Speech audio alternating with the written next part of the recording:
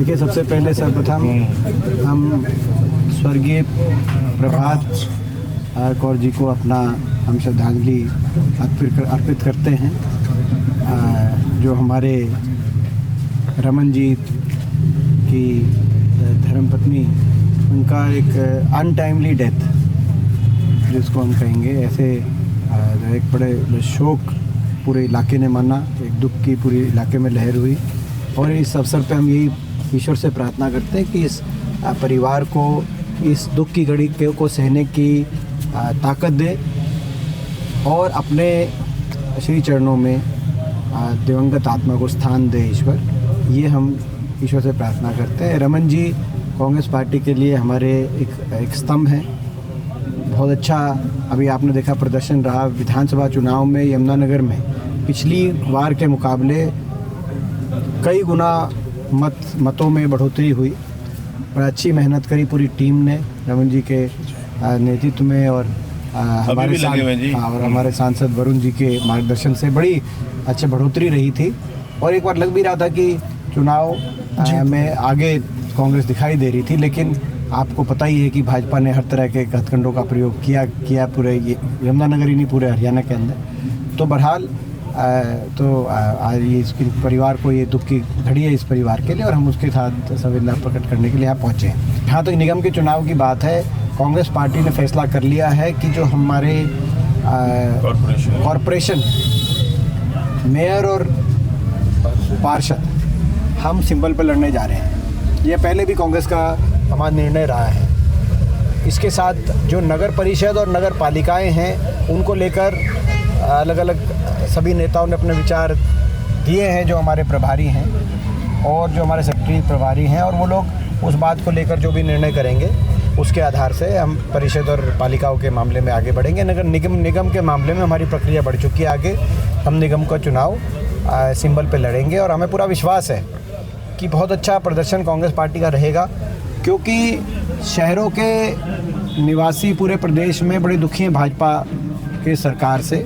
और जो जिस तरह का निगमों का कार्यकाल रहा था, अगर आप देखें तो उस तरह के जो कार्यकाल रहा था, जिस उम्मीद से लोगों ने अपने स्थानीय सरकार को चुना था पिछली बार, उस उम्मीद से निगमों के जो मेयर बने भाजपा के, उन्होंने अच्छा प्रदर्शन अपना कामकाज नहीं किया। तरह तरह की कई समस्याओं का सामना हर शहरवासियों को करना पड़ा। यमुनानगर में भी वो स्थिति है।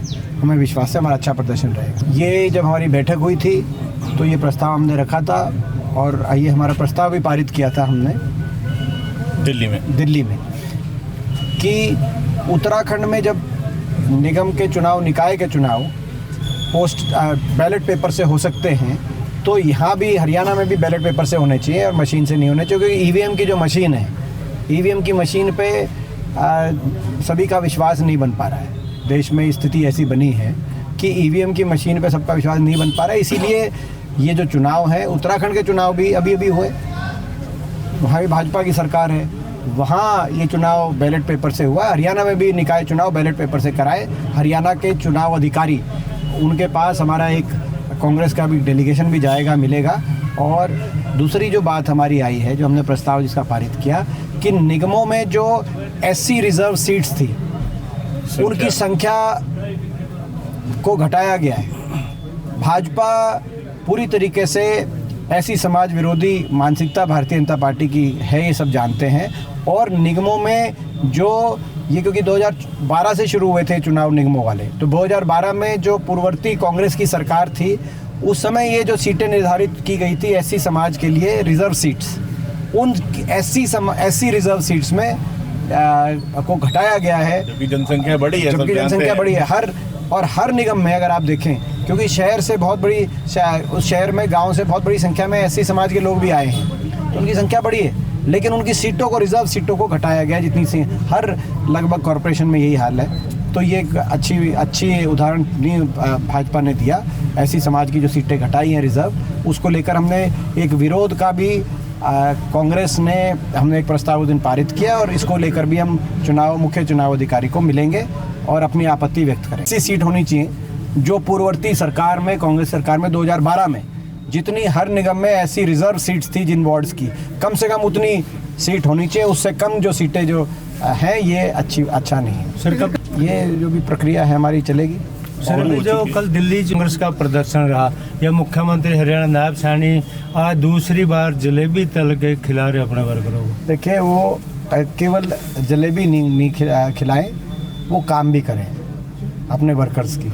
अभी उनको मौका मिला है, हरियाणा की जनता ने भाजपा को एक मौका दिया हरियाणा में, तो नायब सैनी जी केवल जो है ऐसा ना हो जाए कि 100 दिन के बाद जो एक तरफ विज साहब कह रहे हैं कि वो हेलीकॉप्टर से नहीं उतर रहे, दूसरी तरफ आप लोग कह रहे हैं कि वो जलेबियाँ खिला रहे हैं, कहीं कहीं भाजपा जीत रही है वहाँ। तो वो जलेबियों से और हेलीकॉप्टर से, उड़न खटोले और जलेबियों से की बजाय मैं समझता हूँ कि अपने जनता, हरियाणा की जनता के काम पे ध्यान दें मुख्यमंत्री जी। देखिए अभी कोई जब तक कोई शामिल ना हो, आप क्यों ऐसे कह रहे हैं? लेकिन तैयारी तो आप क्यों ऐसे कह रहे हैं? सर एक वीडियो वायरल हुआ, प्रधानमंत्री नरेंद्र मोदी जी बड़े हुड्डा साहब को मिले, शादी में आपसे भी मुलाकात हुई, मिलने के लिए कहा, तो वो क्या माना जाए सर? देखिए सुनील जाखड़ जी जो कि बलराम जाखड़ जी के सुपुत्र हैं और पारिवारिक कांग्रेस के अध्यक्ष भी रहे, पंजाब के कांग्रेस के अध्यक्ष रहे, और पारिवारिक उनके साथ हमारा एक संबंध है सुनील जाखड़ जी के साथ। बलराम जाखड़ जी भी स्वर्गीय चौधरी रणबीर सिंह जी के साथ भी रहे बहुत लंबे समय तक, उनके पिता। उनके पोते की शादी का वो वीडियो है, और सामाजिक कार्यक्रम में, और जो है तो सामाजिक कार्यक्रम में तो ये कोई शिष्टाचार, ये आपस का शिष्टाचार होता है। सर हुड्डा परिवार को एक तो कहते हैं दिल्ली, देखिए जहाँ तक जी इंजीनियर साहब आइए ऋषिपाल जी।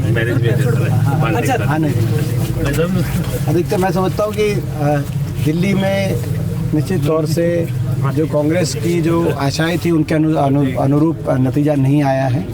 हमारा मत प्रतिशत थोड़ा बड़ा अवश्य है, लेकिन नहीं आया है। और ये इंडिया गठबंधन के लिए भी जो घटक दल हैं, जैसे आम आदमी पार्टी, उनके लिए भी आत्मचिंतन का विषय होना चाहिए, क्योंकि हरियाणा विधानसभा चुनाव में आम आदमी पार्टी और कांग्रेस पार्टी की बातचीत चल रही थी, और जितने उनकी आशाएं थी उनके अनुरूप कांग्रेस पार्टी का प्रस्ताव भी था उनके पास, लेकिन फिर भी उन्होंने सारी सीटों पर अपने कैंडिडेट उस समय डिक्लेयर कर दिए। और जब डिक्लेयर कैंडिडेट कर दिए तो ये बात आई कि जो है, और आपने देखा हरियाणा का चुनाव नतीजा सबसे नज़दीकी चुनाव का नतीजा था, मात्र 0.4% वोटों का अंतर रहा।